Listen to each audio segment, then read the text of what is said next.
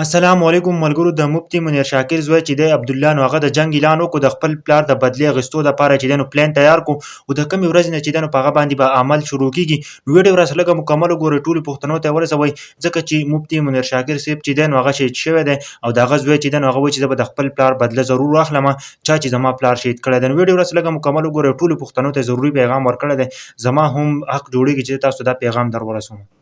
انشاءالله بیا به د اختر څلورمې ورځې نه پس څه داسې فیصلې کوو چې بیا به سټیټ کم سې کم موږ نه ګیله نه کوي.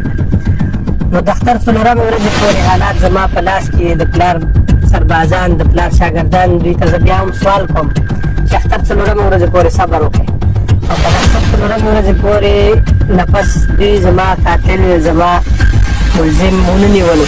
د اختر څلورمې ورځې نه پس چې موږ هر قسمه سخته فیصله وکړه د هغې ذمهوار به بیا دا سټیټ وي، د هغې ذمهوار به بیا دغه افسران وي چې ما ته تاڼهګران وي چې ځان رالیږي خپل هلته ناست ځکه د اختر څلورمې ورځې پورې ریکویسټ کوو چې دا دې ونیوی شي او دوی به دې ښه مضبوطه سزا ورکړی شي. که یې ونه کړله نو موږ هغوی ته سوال کوو